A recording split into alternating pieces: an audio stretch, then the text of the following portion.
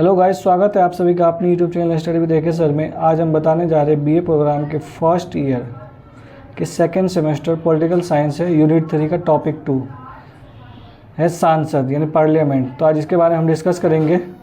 तो पहला है सांसद। सांसद के 3 भाग होते हैं, लोकसभा यानी निम्न सदन, राज्यसभा यानी उच्च सदन और राष्ट्रपति। तो उसके अनुसार भारतीय संविधान के अनुसार संसद के 3 अंग हैं, राष्ट्रपति, लोकसभा और राज्यसभा। उसके बाद नेक्स्ट पॉइंट है इसका, राष्ट्रपति संसद के सत्र को बुलाता है और भारत में संसदीय व्यवस्था है। भारतीय संविधान में संसदीय प्रणाली ब्रिटेन के संविधान से ली गई है और लोकसभा को भंग किया जा सकता है, लेकिन राज्यसभा को भंग नहीं किया जा सकता है क्योंकि इस पर प्रत्येक 2 वर्ष में चुनाव होता है। अब है संसद का गठन यानी कॉन्स्टिट्यूशन ऑफ पार्लियामेंट। अनुच्छेद 79 के प्रावधान के तहत भारत की संसद के मुख्य 3 घटक है, राष्ट्रपति, लोकसभा और राज्यसभा। राष्ट्रपति पद कभी भी खाली नहीं रहता है, यानी 6 महीने के अंदर में इलेक्शन करवाना अनिवार्य है। उसके बाद है पहला पॉइंट इसका, राष्ट्रपति। भारत का राष्ट्रपति संसद का अभिन्न अंग है। वे दोनों सदनों में से किसी में भी ना तो बैठ सकता है और ना ही कार्रवाई में भाग ले सकता है। उसके बाद अगला है, दोनों सदनों के पास विधेयक राष्ट्रपति की सहमति के बिना कानून नहीं बन सकता है। जब दोनों सदनों की सत्रवासन की स्थिति में हो, ऐसे में राष्ट्रपति के अध्यादेश जारी करने का अधिकार है। राष्ट्रपति की विधायी शक्तियाँ। राष्ट्रपति संसद की बैठक बुला सकता है तथा उसे कुछ समय के लिए स्थगित कर सकता है। राष्ट्रपति संसद के संयुक्त अधिवेशन का आह्वान कर सकते हैं। उसके बाद नेक्स्ट पॉइंट है इसका, संयुक्त अधिवेशन की अध्यक्षता लोकसभा अध्यक्ष करता है। राष्ट्रपति लोकसभा को भंग कर सकता है। उसके बाद अगला पॉइंट है, संसद में कुछ विशेष प्रकार के विधेयकों को प्रस्तुत करने के लिए राष्ट्रपति की सिफारिश की आवश्यकता है, यानी आवश्यक है। उदाहरण के लिए भारत की संचित निधि से खर्च संबंधी विधेयक, राज्य की सीमा परिवर्तन, नए राज्य का निर्माण, इन सभी चीज़ों के लिए विधेयक लाने से पहले राष्ट्रपति की मंजूरी लेना आवश्यक है। लोकसभा की संरचना कैसी होती है? लोकसभा को निम्न सदन अथवा जनता के सदन के रूप में जाना जाता है। लोकसभा में 530 सदस्य होते हैं, अलग अलग स्टेट से आते हैं। एंग्लो इंडियन के 2 सदस्य होते हैं और 20 संघ राज्यों से आते हैं। राज्यों के प्रतिनिधित्व क्या होता है?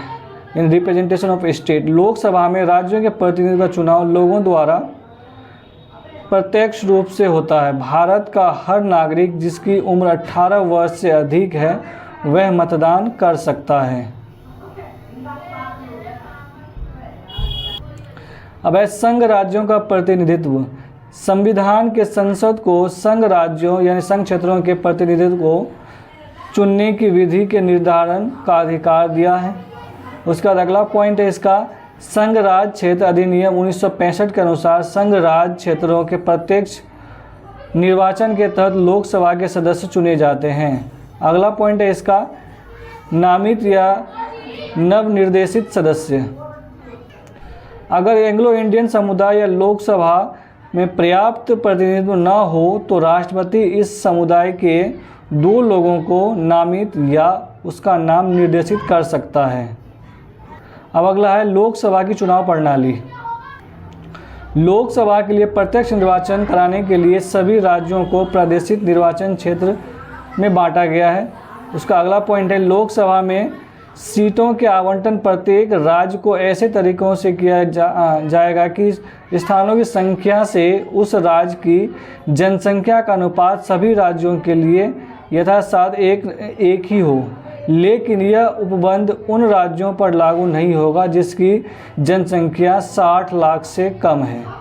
अगला पॉइंट है, अनुसूचित जाति व जनजाति के लिए सीटों का आरक्षण।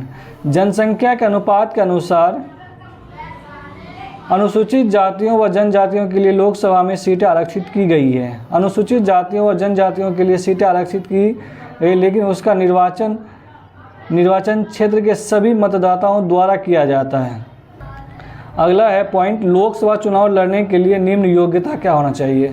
तो पहला है भारत का नागरिक हो, दूसरा है उसकी आयु कम से कम 25 वर्ष होनी चाहिए, उनके पास ऐसी अन्य योग्यताएं होनी चाहिए जो सांसद द्वारा मांगी गई है। उसके बाद अगला पॉइंट है राज्यसभा। तो राज्यसभा में 229 सदस्य होते हैं, 4 संघ राज्य क्षेत्र और 12 अलग क्षेत्र से आते हैं। राज्यों का प्रतिनिधित्व, राज्यसभा में राज्यों का प्रतिनिधित्व निर्वाचन राज्यों की विधानसभा के निर्वाचन सदस्य करते हैं। चुनाव का अनुपातिक प्रतिनिधित्व प्रणाली के अनुसार एकल संकरणीय मत द्वारा होता है। राज्य के प्रतिनिधियों की संख्या अलग अलग होती है। उदाहरण के लिए उत्तर प्रदेश में 31, राजस्थान में 10, त्रिपुरा में 1। उसके बाद अगला धन विधेयक। धन विधेयक जो है, इसका पहला पॉइंट है संचित निधि अथवा आकस्मिक निधि में किसी प्रकार का धन जमा करना या निकालना। उसके बाद अगला है कोई नया कर लगाना, खत्म करना या बदलाव करना, या फिर सरकार द्वारा धन उधार लेना। उसके बाद है वित्त विधेयक, फाइनेंशियल बिल एक्ट जो है 117। वित्त विधेयक उस विधेयक को कहते हैं जो वित्तीय मामलों जैसे कि राजस्व व्यय संबंध होता है। उसके बाद अगला पॉइंट है संसदीय समितियां। संसदीय समिति वह समिति है जो सदन द्वारा विस्तृत अथवा निर्वाचित होती है अथवा जिसे लोकसभा अध्यक्ष नामित करता है। उसका सेकंड पॉइंट है जो लोकसभा अध्यक्ष के निर्देशानुसार काम करते हैं, अपनी रिपोर्ट सदन को अथवा लोकसभा अध्यक्ष को सौंपते हैं। अब समितियां 2 प्रकार के होते हैं, एक स्थायी समिति होती है स्टैंडिंग कमेटी, और एक तदर्थ समिति होती है। तो सरकार के कार्यों को विशेषकर सार्वजनिक वित्त आदि के क्षेत्र में समीक्षा करने वाली मुख्य समिति में 2 समितियां उल्लेखनीय हैं। पहला सार्वजनिक लोक लेखा समिति और दूसरा है आकलन समिति। तो बच्चों टॉपिक 2 यहाँ समाप्त होता है। आई होप ये वीडियो आपको अच्छी लगी होगी। अगर आप हमारे चैनल पर नए हैं तो प्लीज़ हमारे चैनल को लाइक, शेयर और सब्सक्राइब जरूर कर दीजिए। हम इसके अगले टॉपिक यानी टॉपिक 3 का बनाएंगे। धन्यवाद।